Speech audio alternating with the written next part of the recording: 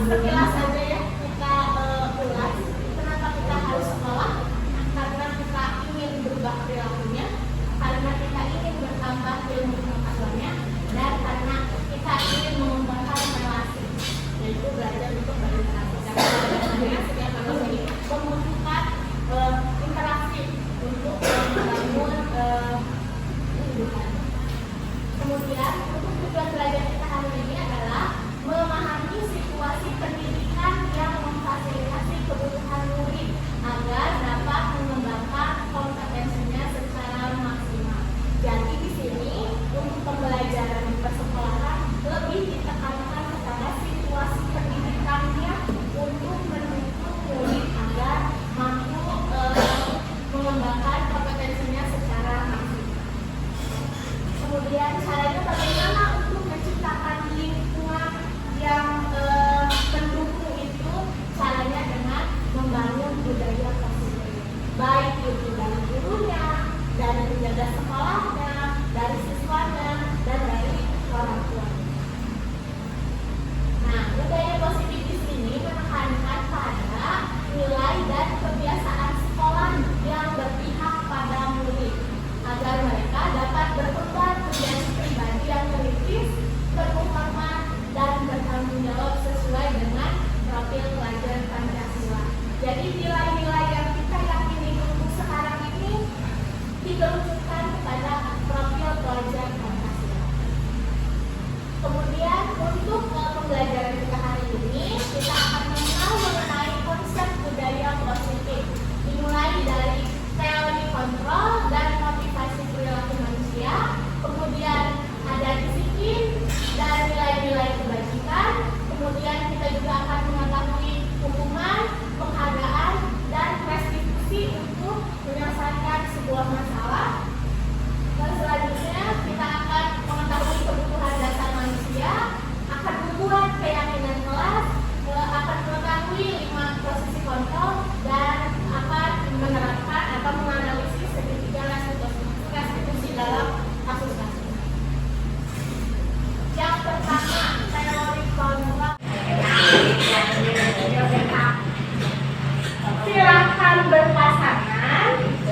Dari temannya.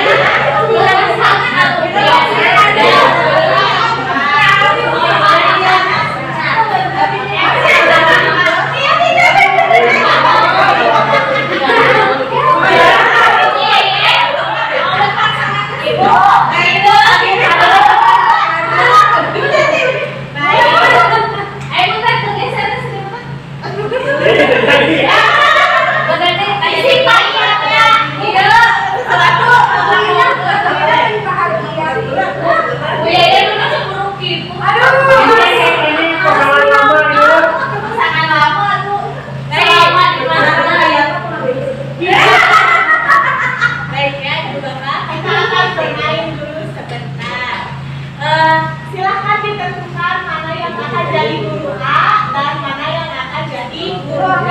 Guru A berperan sebagai angka ganjil. Kemudian guru B berperan sebagai angka genap. Instruksinya, jika disebutkan angka ganjil, maka guru A harus menangkap guru B dengan cara ini tangannya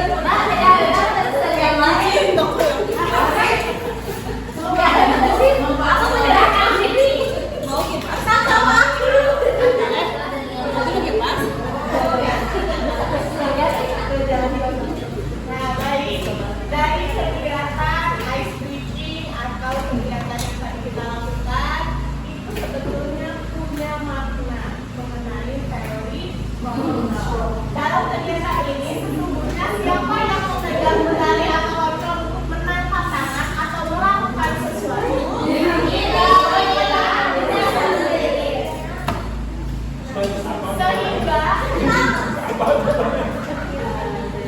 ya? Saya dapat disimpulkan bahwa hanya Anda yang bisa mengontrol diri Anda, orang lain tidak bisa mengontrol diri Anda. Sehingga pada penerapannya di dalam pembelajaran, tugas guru dapat membuat murid mengontrol dirinya sendiri, karena kontrol kita itu tidak sepenuhnya dilaksanakan oleh murid, karena murid dia sendiri yang memegang kendali atau memegang kontrol, mau dilakukan atau tidak mau. Kemudian, ada alasan mengapa kita melakukan sesuatu. Pernahkah Anda melakukan sesuatu untuk mendapatkan senyuman dari orang lain? Mungkin pernah. Ya. Pernahkah Anda melakukan sesuatu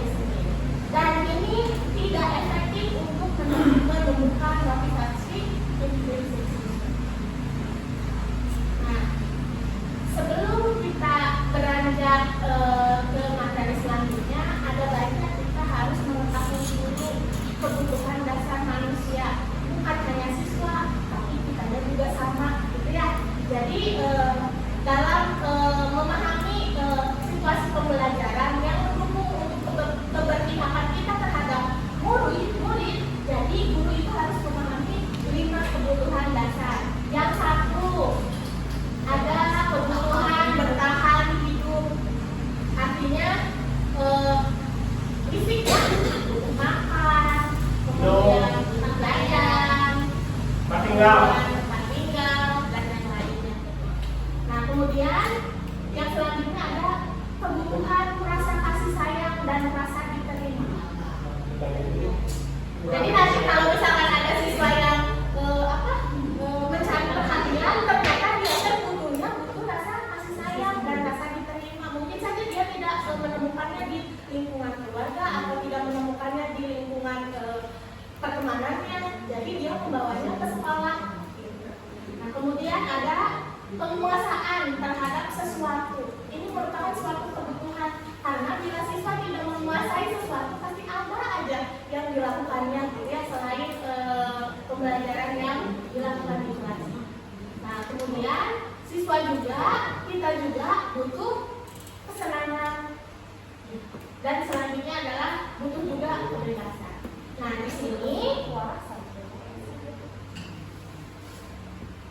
ada contoh kasus, boleh dibaca Ibu.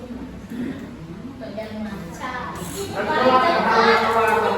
Ibu lihat guru kelas 3 SDN Cari sedang bingung menghadapi ulah salah satu murid di kelas bernama Agus. Beberapa anak telah datang dan mengeluhkan Agus yang seringkali meminta bekal makan siang mereka dengan paksa. Jika Anda menghadapi situasi seperti ini, apa yang akan Anda lakukan? Menurut Anda, kira-kira apa alasan Agus melakukan hal itu? Hoyo, ngedain.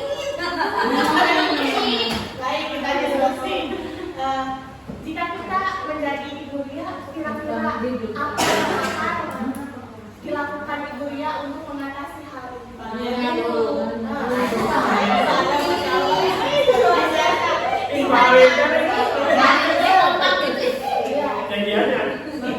dulu, cari tahu dulu alasannya melakukan hal itu, gitu ya. Anaknya nggak masak tuh. Siapa nomornya? Cuma gitu. Baik, menurut Anda kira-kira apa alasan Agus melakukan hal itu? Kira-kira kebutuhan apa yang dipenuhi Agus dengan cara seperti ini? Bertahan hidup. Kenapa bertahan hidup? Butuh makan, ini makan. Kesenangan. Apa? Kesenangan. Kesenangan. Kenapa kesenangan? Dia ganggu orang, bikin dia senang. Ada kan orang yang seperti itu. Iya. Nah, berarti dia tidak merasa gitu ya. Ada lagi Sayang. butuh kasih sayang. Biar Kenapa? jadi perhatian ibunya, jadi kalau guru perhatian nanti sibling sayang. Oh, iya. Bisa juga penguasaan karena dia ingin diakui oleh teman-temannya. Dianggap ada. Nah, penguasaan banyak ya. Iya kan?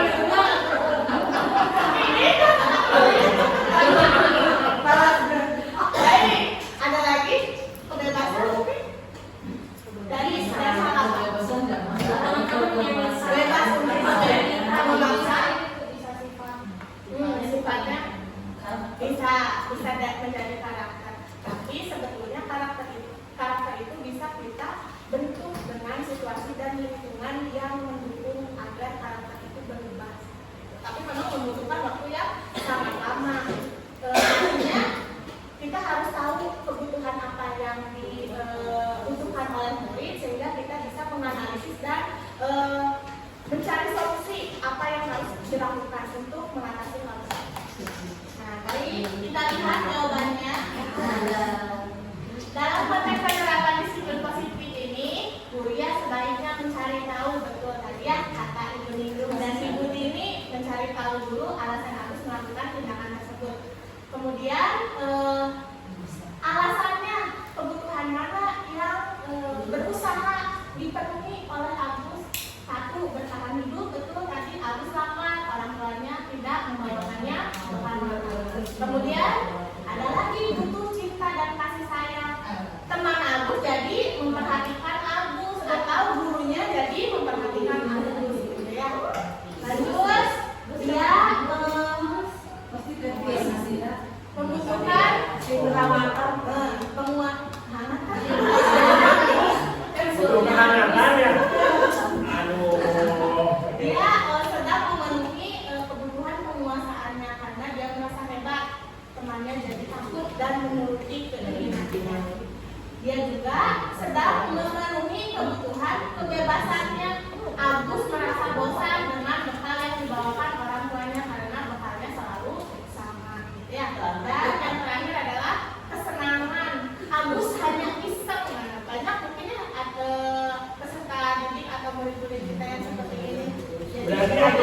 masalahnya kompleks ya. Iya. Kebutuhan dasarnya tidak terpenuhi semua. Berarti setelah mengetahui kebutuhan dasar yang tidak terpenuhinya banyak, artinya salah satu solusi yang bisa kita lakukan adalah bisa meminta guru lain untuk berkolaborasi dalam menyelesaikan masalah ini, atau kita bisa ngobrol dengan orang tuanya. Nah, untuk mengatasi masalah awal mulanya itu kita harus membuat dulu keyakinan kelas, keyakinan yang harus kita yakini atau anak-anak yakini. Di sini keyakinan kelas adalah nilai-nilai kebajikan atau prinsip universal yang disepakati bersama secara universal lepas dari perbedaan agama, suku, negara, dan bahasa. Jadi menurut dosen, suatu keyakinan akan lebih memotivasi diri seseorang dalam intrinsik. Seseorang akan lebih bersemangat untuk menjalankan keyakinan daripada hanya sekedar mengikuti peraturan, karena sudah banyak pernah ada dan mungkin kita juga pernah dengar gitu ya, aturan itu untuk dilanggar. Gitu. Jadi pernyataan-pernyataan yang seperti itu atau keyakinan-keyakinan seperti itu yang akan kita ubah dari paradigma yang tadinya harus dipatuhi karena kalau tidak dipatuhi ada hukuman, menjadi keyakinan yang kalau tidak dipatuhi dia akan menyadari dirinya sendiri merasa salah. Nah, konsep keyakinan kelas ini bersifat lebih abstrak daripada peraturan yang lebih rinci dan konkret. Jadi kalau aturan itu konkret harus saklek gitu ya di peraturan, tapi kalau keyakinan ini sifatnya abstrak atau universal.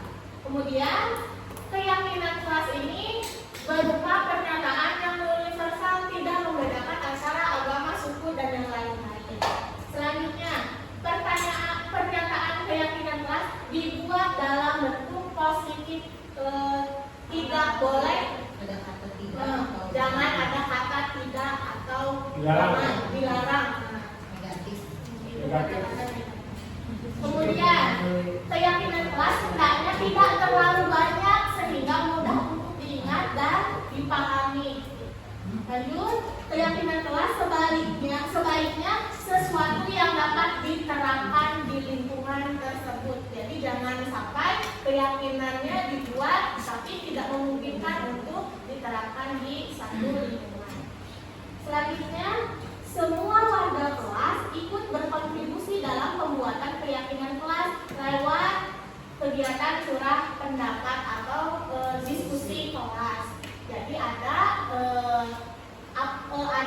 kemauan dari siswa untuk berkontribusi. Kemudian bersedia meninjau kembali keyakinan kelas dari waktu ke waktu. Jadi keyakinan kelas itu bisa berubah sewaktu-waktu sesuai dengan kondisi yang.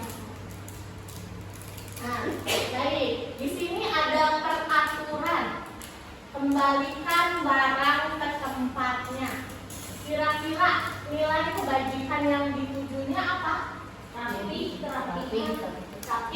Tanggung jawab, disiplin, cerdas.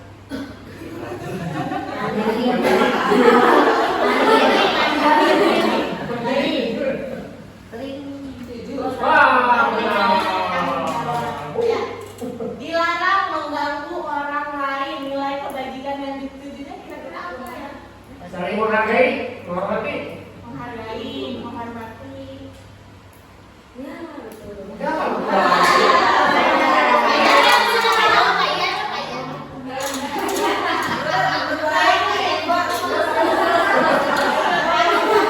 Hadir di sekolah 15 menit sebelum disiplin.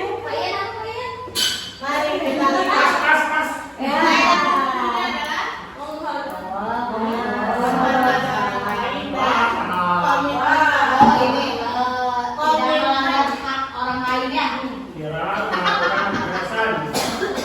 Dilarang melakukan kekerasan. Nilai kebajikannya apa ya?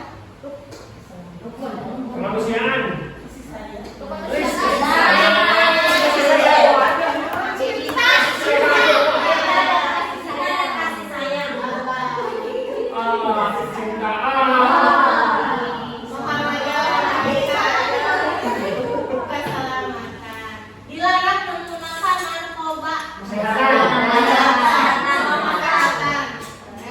Kalau bukan kalau perawatan.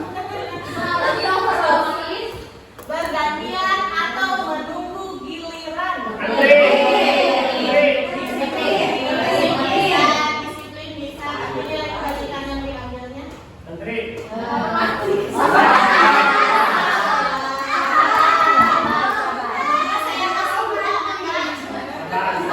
Saya keluar dulu.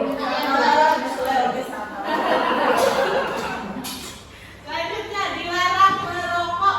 Silakan. Bagi orang lain kesehatan.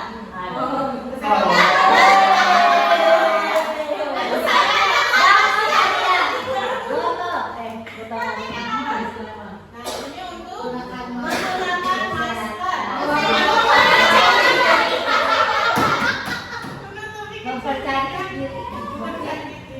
Aura Berjalan di kelas dan koridor.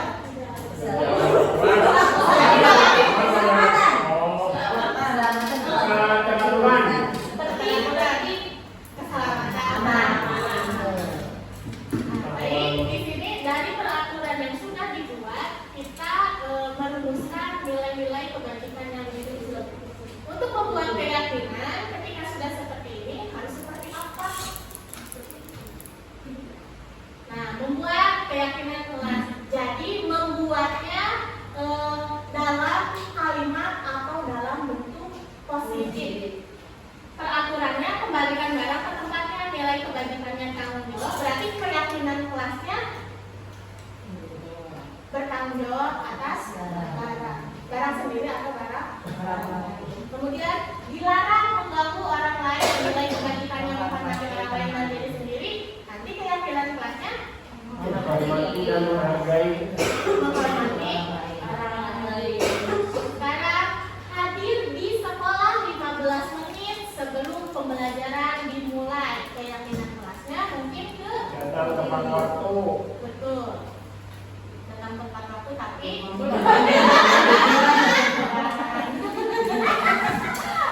Masih dulu ya. dilarang melakukan pemanasan. Lembut. Menghormati orang lain. Lanjut, dilarang menggunakan narkoba, menjaga kesehatan. Menjaga kesehatan. Bergantian atau menunggu giliran, menghormati orang lain. Antri. Budayakan persahabatan dalam Sabar. Sabar ya. dilarang merokok, nilai kebajikannya kesehatan, menghormati orang lain. Keyakinan kelasnya menjaga kesehatan. Kemudian menggunakan masker, menjaga kesehatan, menjaga kesehatan dan keselamatan. Berjalan di kelas dan koridor, nilai keselamatan. Nah, ketika kita sudah merumuskan ini, kita harus merangkum lagi agar menjadi keyakinan kelas yang padat, ringkas, jelas, dan bisa diikuti oleh murid-murid. Ketika sudah diringkas, ini sudah menjadi keyakinan kelasnya. Ada 5 dari berbagai keinginan siswa, jadi kita rangkum lagi menjadi 5. Nah, kita akan menggali perilaku yang mencerminkan keyakinan kelas, juga yang tidak mencerminkan keyakinan kelas. Sekarang kita akan bawa pulpennya semuanya. Kita lanjut ya. Jadi mau ngasih pulpen. Oh, ngasih pulpen kan.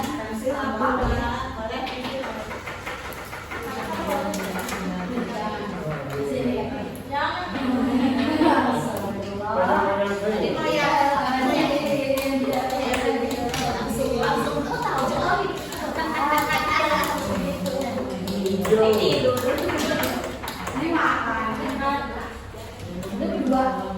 Berdua tadi. Ini lo berdua yuk. Itu ada dua.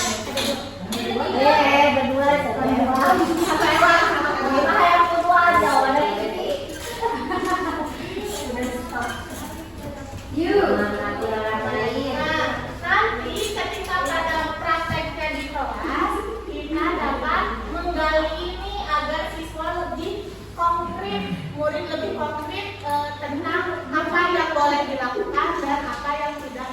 dilakukan dalam keyakinan. Maka boleh diisi ibu-ibu salah satu aja. Boleh. Dua-duanya itu Misalkan menghormati orang lain yang tampaknya apa, tidak tampaknya apa.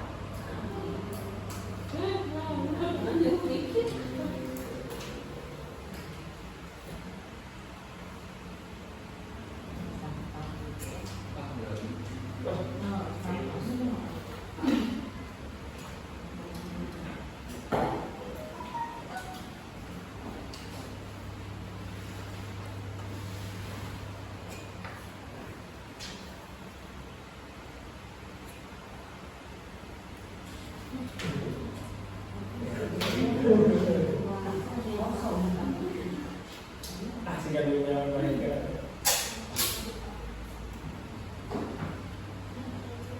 Udah bu? Udah lama sih kita dunia apa? Ya, nampun aku.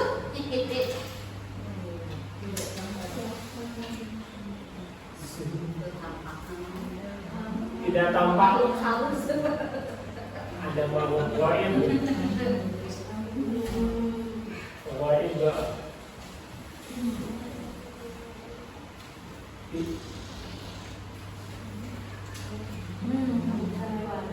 Apa nyebut? Boleh. Pesan aja deh.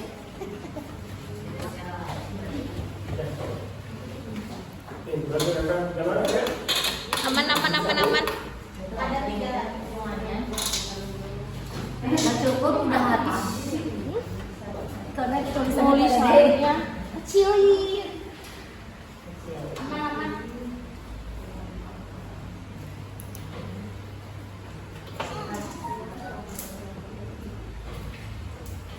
Ini kan. Kalau bapak ibu sambil dituang tahu Saya. apa ya? Saya kayak itu lagi. Tuan. Berat. Berhasilnya satu. Jadi Kayak satu. yang berat sebelah. Ini. Ini semua nanti. Pertama apa?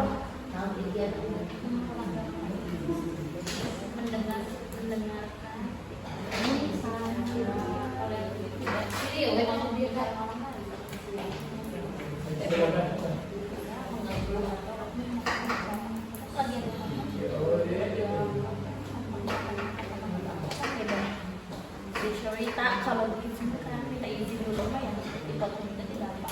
Tapi ini mah tiba-tiba Dua-duaan ya.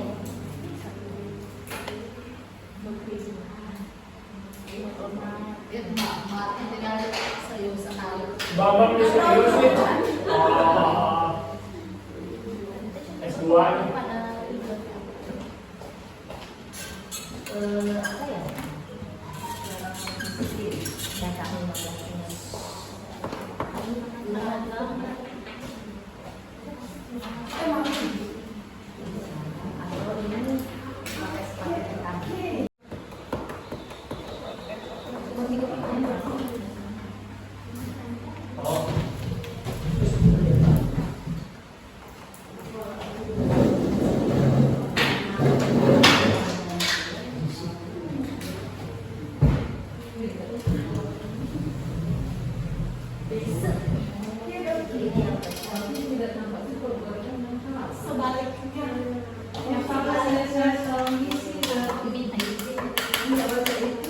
Kenapa ada masih ada nggak?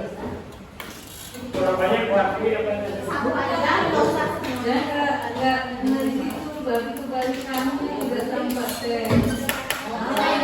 kebalikannya Bu. Kalau sih berarti ambilnya aja.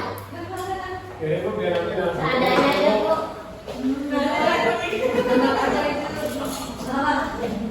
Biarkan boleh juga ada yang salah. Gak apa-apa. Saya salahkan salah. Semua orang pernah salah tuh ya.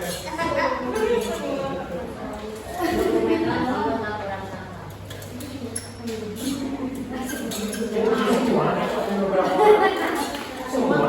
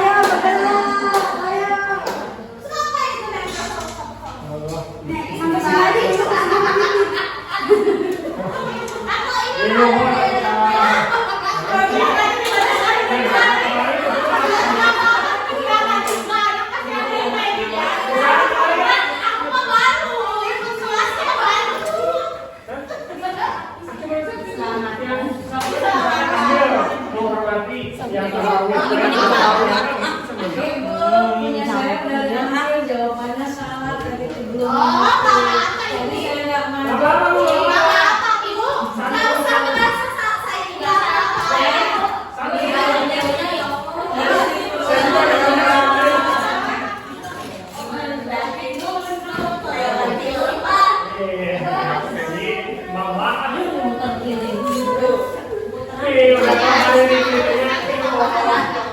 Mendaki buku cari suami.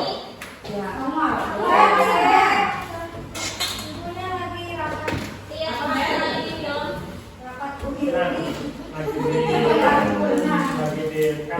Nanti nonton kita review sebentar ya untuk hasilnya. Iya, menghormati orang lain yang tampaknya tidak mengganggu teman yang belum selesai menulis, yang tidak tampaknya mengajak ngobrol dan mengganggu teman yang belum selesai. Betul ya. Yang tampaknya untuk masih menghormati orang lain, berbicara sopan dan baik, tidak tampaknya berkata kasar atau mengejek atau menghina orang tua. Boleh. Kemudian penjaga kesehatan itu ya. menjaga kesehatan. Oke, menjaga kesehatan. Yang di sini Bukan ini yang kesehatan, tampaknya Mas. yang Jelas. ada Bapaknya kan menjaga kesabaran ya Bapaknya. Menjaga kesehatan, keselamatan dan keamanan yang tampaknya membawa bekal dan minum di rumah. Betul, tidak tampaknya jangan jaga sembarangan berarti ya.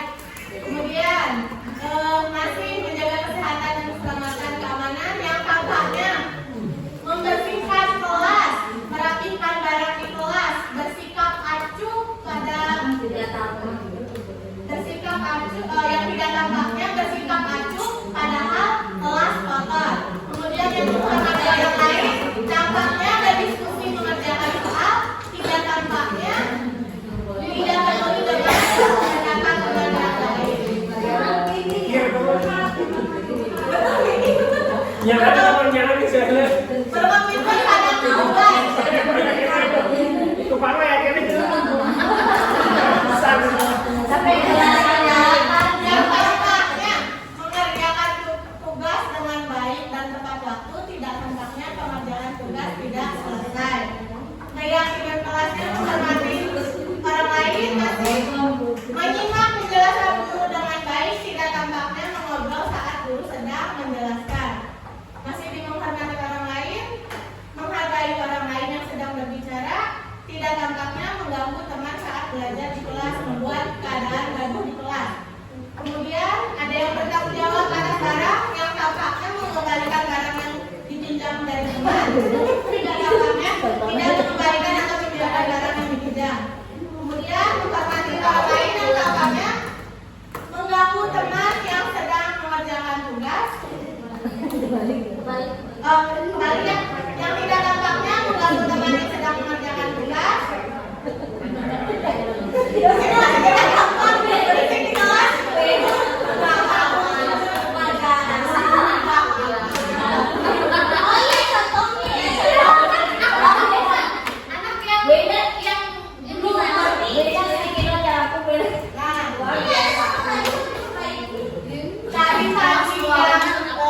Sticky note yang dibagikan itu bisa dipraktekkan kepada murid agar siswa bisa mengetahui mana yang diperbolehkan atau sudah sesuai dengan keyakinan kelas dan yang tidak dengan sesuai keyakinan.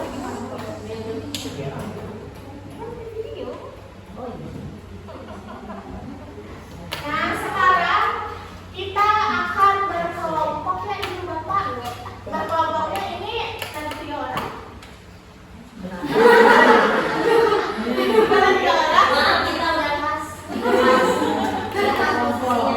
Kita akan melihat keyakinan kelas 3 kelompok aja ya. Satu orang membuat keyakinan kelasnya cukup 1 saja. Kemudian yang tampaknya apa, yang tidak tampaknya apa, juga kemudian siswanya apa. Yang jawabannya betul kan? Jadi satu orang. Oh, gini aja tuh ya, agar lebih mudah untuk keyakinan kelas kita beberapa orang, kemudian yang bapak kita tambahkan beberapa orang, dan tugas guru dan tugas siswanya beberapa orang. Kalau nyambung dari yang tadi gimana? Boleh. Tadi kan sudah sampai tapak tidak tapak, sekarang Ya. tinggal tugas guru sama tugas siswa. Boleh, Ya. boleh. Langsung ke nyambung ke siswa. Tugas guru. Ambil lagi, ambil lagi.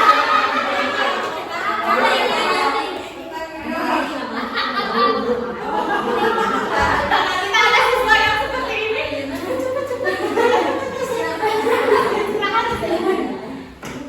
Ayo, ayo, ayo.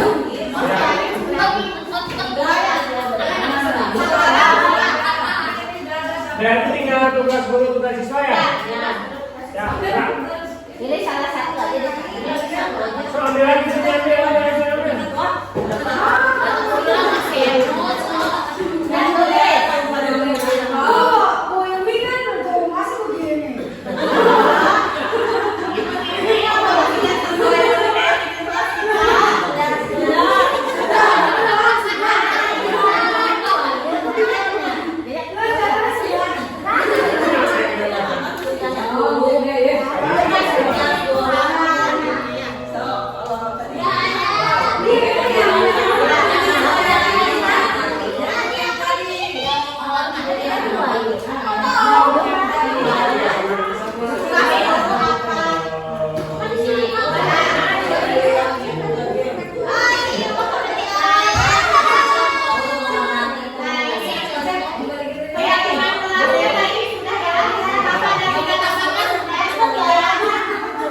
Untuk yang sekarang, tugas guru dalam keyakinan ini apa? Tugas gurunya apa? Tugas siswanya apa? Kemudian tugas guru formatua yang lain tugasnya apa? Gimana gitu? Satu kan? Tiga-tiga ya? Satu satu orang satu aja. Berarti itu menghormati, ini berkomitmen, ini menjelaskan. Ya. Kan kita Boleh, mau. ya, boleh. Ini menghormati. Ya, menghormati. Ini berkomitmen.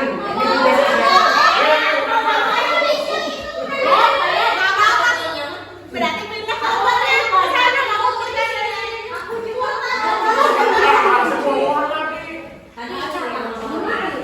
Kalau kita menjadi siapa, kita menjadi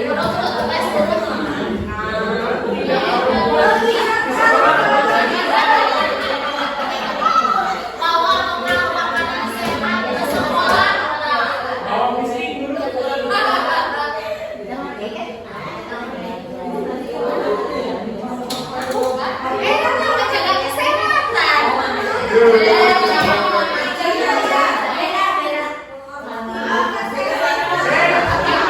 Berkomitmen. Udah ngomong banyak.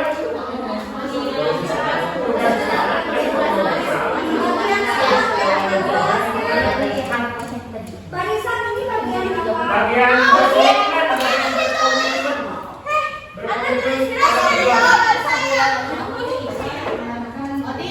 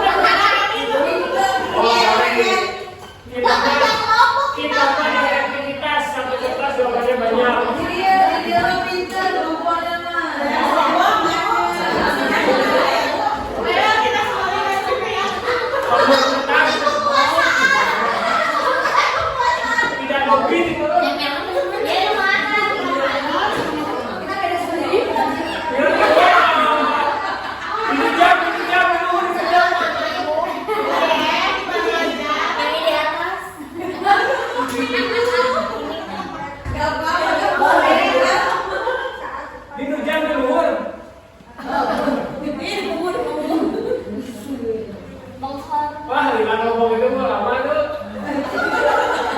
Kalau berkacamata.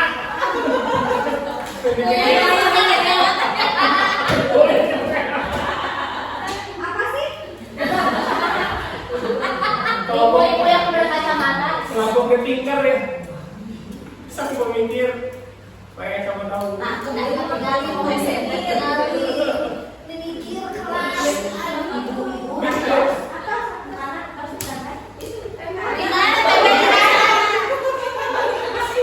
Itu nah Gampang nih.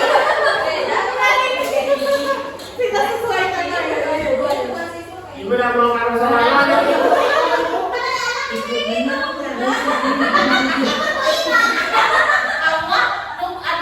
Ikut aku. Jadi aku kan kesannya teh. Ibu followers sudah. Kamu gitu lah. Kira-kira kamu cuci.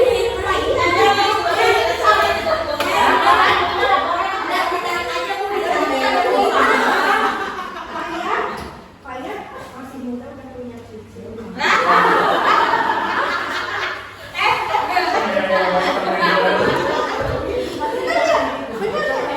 Sudah sana, Beda tema. Kayak malam main studio.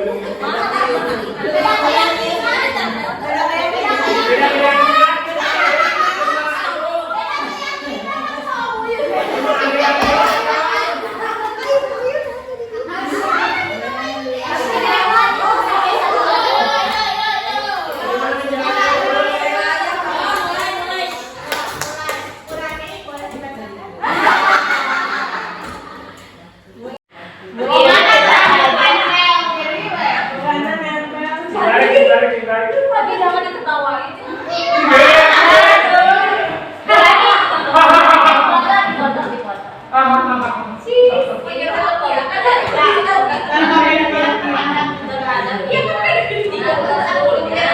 Mengingatkan kepada siswa untuk selalu memakai seragam dan atribut yang lengkap. Nah, tugas siswanya memakai seragam dan atribut sesuai jadwal. Terus ada Bu Yeye juga memotivasi siswa agar dapat menyelesaikan tugas sekolah dengan baik dan tepat waktu. Tugas siswanya menyelesaikan tugas sekolah dengan baik dan tepat waktu. Oke.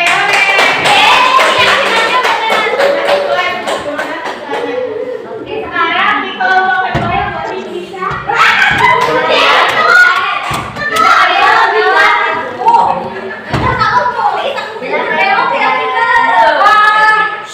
Keyakinan kelasnya menghormati orang lain. Tugas guru mengarahkan dan memberikan pemahaman kepada siswa dengan kasus yang mengganggu semangat. Tugas siswanya yaitu menjaga sikap dan saling menghargai atau menghormati sesama teman.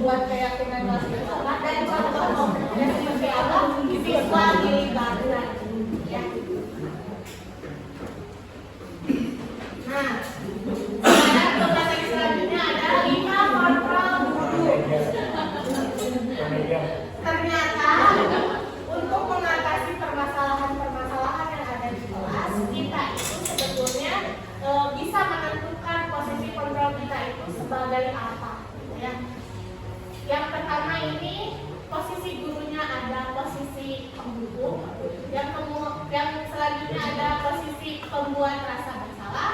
Yang ketiga, memposisikan diri sebagai teman. Yang keempat, memposisikan diri sebagai pemantau. Dan yang kelima, memposisikan diri sebagai manajer. Nah, posisi kontrol guru ini untuk posisi kontrol penghukum dan pembuat rasa bersalah ini akan menimbulkan identitas gagal pada siswa karena nanti siswa akan menyalahkan dirinya sendiri. Kenapa saya tidak berbuat seperti ini? Kenapa saya tidak berbuat seperti itu? Seperti itu ya. Jadi identitas gagal ini yang kita hindari untuk menyelesaikan masalah agar siswa tidak selalu atau merasa bersalah. Kalau misalkan identitas gagalnya sudah melekat, jadi keyakinannya itu tidak akan masuk ke siswa. Nah, untuk posisi kontrol sebagai teman, sebagai pemantau, dan sebagai manajer, ini kita akan menimbulkan atau mengembangkan identitas sukses pada siswa, sehingga siswa bisa belajar dari kesalahannya. Namun, untuk menumbuhkan motivasi intrinsik siswa, itu ada posisinya pada posisi manajer. Karena posisi manajer ini adalah posisi guru, di mana guru itu bisa menuntun siswa untuk menyelesaikan masalahnya sendiri. Berbeda dengan posisi kontrol pendukung, pembuat rasa bersalah, sebagai teman dan sebagai pemantau. Pemantau ini motivasi yang ditimbulkannya ini motivasi ekstrinsik. Jadi ada baliknya ketika menyelesaikan masalah, kita ini memposisikan dirinya sebagai manajer agar motivasi intrinsik siswa itu bisa tertanam pada diri siswa. Nah, ini untuk tabel sebab akibatnya gitu ya. Penghukum, jika guru perbuatan gurunya sebagai penghukum itu biasanya menghardik, menunjuk-nunjuk, menyakiti, menyindir. Ini itu posisinya guru sebagai penghukum. Kemudian kalau guru posisinya di pembuat rasa bersalah, ini posisi tindakan gurunya itu cenderung berceramah, menunjukkan kekecewaan yang mendalam pada murid, sehingga murid bisa merasakan rasa bersalah karena gurunya kecewa gitu ya. Nah, kemudian posisi teman, tindakan guru itu biasanya membuatkan alasan-alasan untuk murid-muridnya. Jadi si guru ini memberikan alasan mengapa harus dilakukan dan mengapa tidak harus dilakukan. Kemudian posisi pemantau ini, tindakan gurunya adalah menghitung dan mengukur, artinya konsekuensinya apa. Jadi tidak sesuai kesepakatan apa yang harus dilakukan. Ini posisi gurunya sebagai posisi pemantau. Nah, untuk posisi sebagai manajer ini biasanya gurunya itu mengajukan pertanyaan-pertanyaan yang menimbulkan atau bertujuan pada bagaimana masalah itu dapat selesai. Kemudian untuk gurunya biasanya nih, penghukum itu gurunya pasti berkatanya gini, kalau kamu tidak melakukannya, saya akan. Nah, itu posisi gurunya sebagai posisi guru penghukum. Kemudian untuk pembuat rasa bersalah, kamu sudah mengecewakan ibu atau bapak. Ini tujuannya untuk membuat siswa merasa bersalah. Biasanya berkatanya gitu. Kemudian guru yang memposisikan sebagai teman biasanya suka berkata, lakukan demi bapak, lakukan demi ibu, gitu ya. Ya sudah, nanti bapak ibu bantu bereskan. Jadi kalau misalkan selalu dibantu dibereskan, itu posisinya guru sebagai teman, sehingga siswa itu pasti akan tergantungan gitu sama kita. Dan lanjut, di posisi pemantau gurunya biasanya selalu mengatakan apa peraturannya, kemudian konsekuensinya apa yang telah kamu lakukan, apa yang terjadi sekarang. Jadi melihat berdasarkan peraturan, melihat berdasarkan konsekuensi yang harus diterima siswa. Nah, lain halnya dengan posisi manajer, seringkali guru berkatanya apa yang kita yakini, kemudian maukah kamu memperbaikinya? Kalau kamu memperbaikinya, jadi kira-kira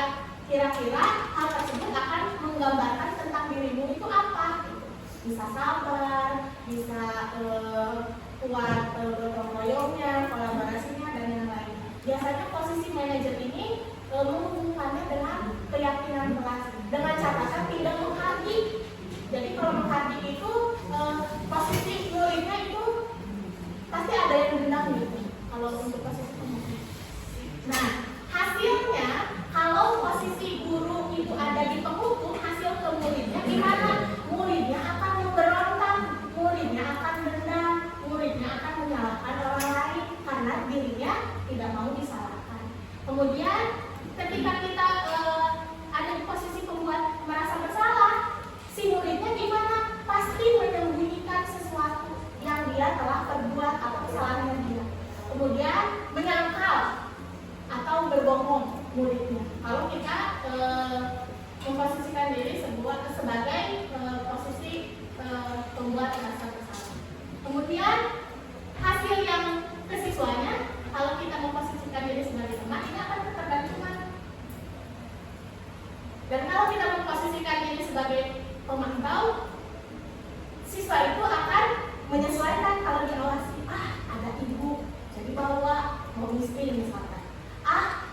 Nggak ada ibu, aku bebas, nggak bawa miskin misalkan. Jadi siswanya itu akan menyesuaikan bila diawasi. Kalau tidak diawasi, ini pasti siswa akan melakukan keinginannya sendiri. Nah, lain halnya dengan posisi manajer, hasil ke siswanya bagaimana? Menguatkan watak atau karakter, karena dia tahu salah, dia dikasih kesempatan untuk memperbaiki. Nah, di posisi penghukum itu muridnya cenderung berkata, saya nggak peduli, saya tidak peduli. Nah, untuk pembuat rasa bersalah, pasti muridnya akan maafkan saya bu, maafkan saya pak. Nah, di posisi teman, muridnya cenderung berkata, saya pikir ibu atau bapak itu teman saya, jadi pasti akan tergantungan, ya. Dan di posisi pemantau, muridnya cenderung akan berkata, saya akan dapat berapa bintang kalau melakukan hal tersebut. Jadi ada motif yang lain kalau melakukan hal tersebut. Kalau misalkan tidak dikasih, dia tidak akan melakukan hal itu. Kalau misalkan dikasih hadiah atau dan yang lainnya, dia pasti akan melakukan hal itu. Jika sudah melakukan hal tersebut, saya akan mendapatkan apa? Jadi nanti jatuhnya pamrih, semuanya pamrih. Nah, kemudian kalau kita ada di posisi manajer, kecenderungan sifat muridnya, bagaimana cara saya agar bisa memperbaiki keadaan ini? Jadi solutif, muridnya itu mencari solusinya sendiri.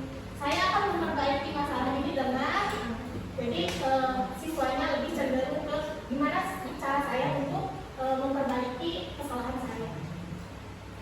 Nah, dampak pada muridnya ya ini mengulangi kesalahan berulang kali. Penghukumnya atau merasa bersalahnya, merasa rendah diri, merasa gagal, tidak berhasil. Kemudian di posisi teman, tergantung, tidak mandiri, tidak bisa memutuskan, jadi siswanya tidak bisa memutuskan sendiri. Ini berlaku juga pada orang tua. Jadi kalau misalkan kita di ketergantungan sama siswa, sama anak, pasti nanti anaknya pasti akan tergantung, tidak mandiri dan tidak bisa memutuskan. Kalau kita jadi pemantau, dampak ke muridnya menitik beratkan pada dampak pada diri sendiri, mendapatkan hadiah atau mendapatkan hukuman. Jadi dia udah tahu ancamannya, saya bakalan dapat hadiah atau saya dapat hukuman. Nah, kalau di posisi manajer, dampak pada muridnya adalah bisa mengevaluasi bagaimana menjadi diri yang lebih baik. Kemudian kaitan dengan dunia yang berkualitasnya, murid meletakkan guru di luar dunia yang berkualitas, sama dengan yang membuat rasa bersalah dan teman dan pemantau, ya. Nah, kalau sebagai posisi manajer, murid meletakkan dirinya sebagai individu yang positif dalam dunia yang berkualitas. Jadi positif muridnya karena dia pasti akan bisa memperbaiki kesalahan.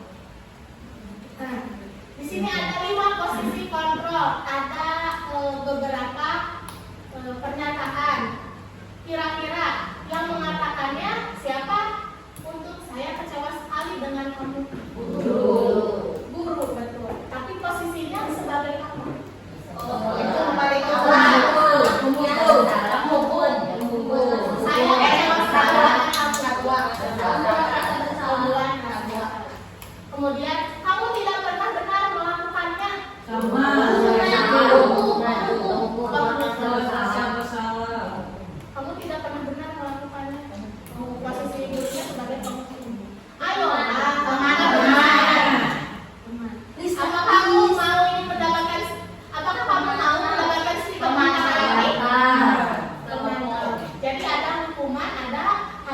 kalau teman tahu ini.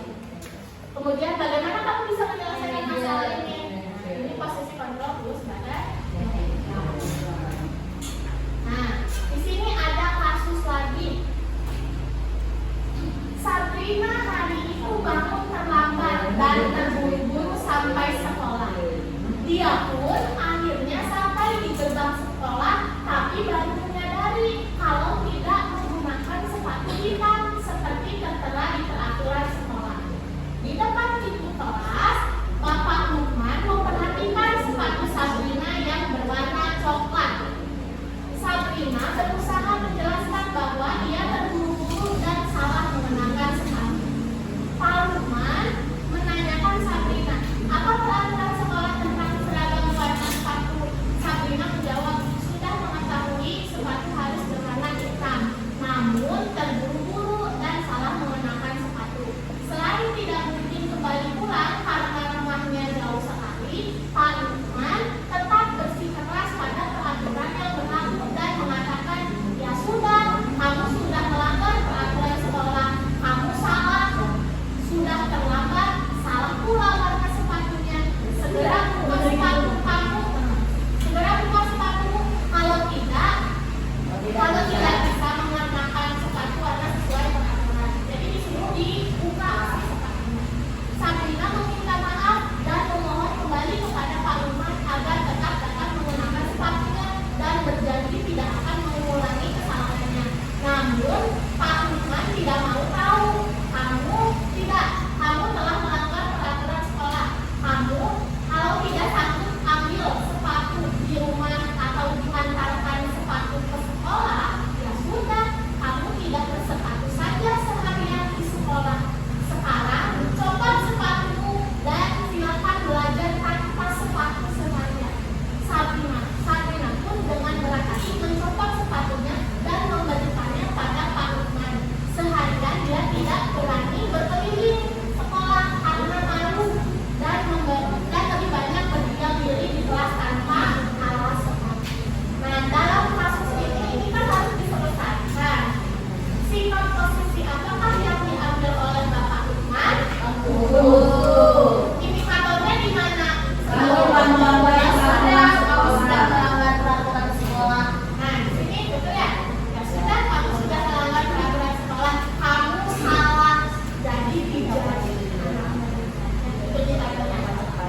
Bila Pak Lukman mengambil posisi sebagai seorang manajer, apa yang akan dikatakan oleh Pak Lukman? Tanyakan alasannya. Akibat Betul, menanyakan alasannya dulu, kemudian kamu harus bagaimana? Nah, kamu harus bagaimana? Sudah minta maaf. Stabilkan dulu kan. Di hati dulu. Jadi dianggap dulu suatu hal yang manusiawi karena orang kalau terburu-buru mungkin jadi seperti itu. Jadi distabilkan dulu. Itu tindakan. Jadi, kalau posisi seorang manajer itu, kita harus menerapkan restitusi. Restitusi apa yang harus diterapkan? Nah, ini ya, tadi sudah ya, posisi yang diambil oleh Bapak Lukman adalah penghukum. Terus ini kabarnya tadi sudah disebutkan. Nah, kalau mau menyelesaikan masalah dengan cara yang aman dan tidak menyakiti murid, kita harus mengambil segitiga restitusi. Apa segitiga restitusi itu? Satu, kita harus menstabilkan identitas dulu. Jadi anak dibuat tidak merasa bersalah dulu karena kesalahan itu adalah sebagai suatu kewajaran. Tapi nantinya jangan dibiarkan karena kita harus memvalidasi dulu tindakan yang salahnya apa. Anak harus tahu dulu kesalahannya apa, kemudian nanti akan menanyakan keyakinan yang berujung nanti pada solusi yang akan kita berikan anak. Nah, sini ya, menstabilkan identitas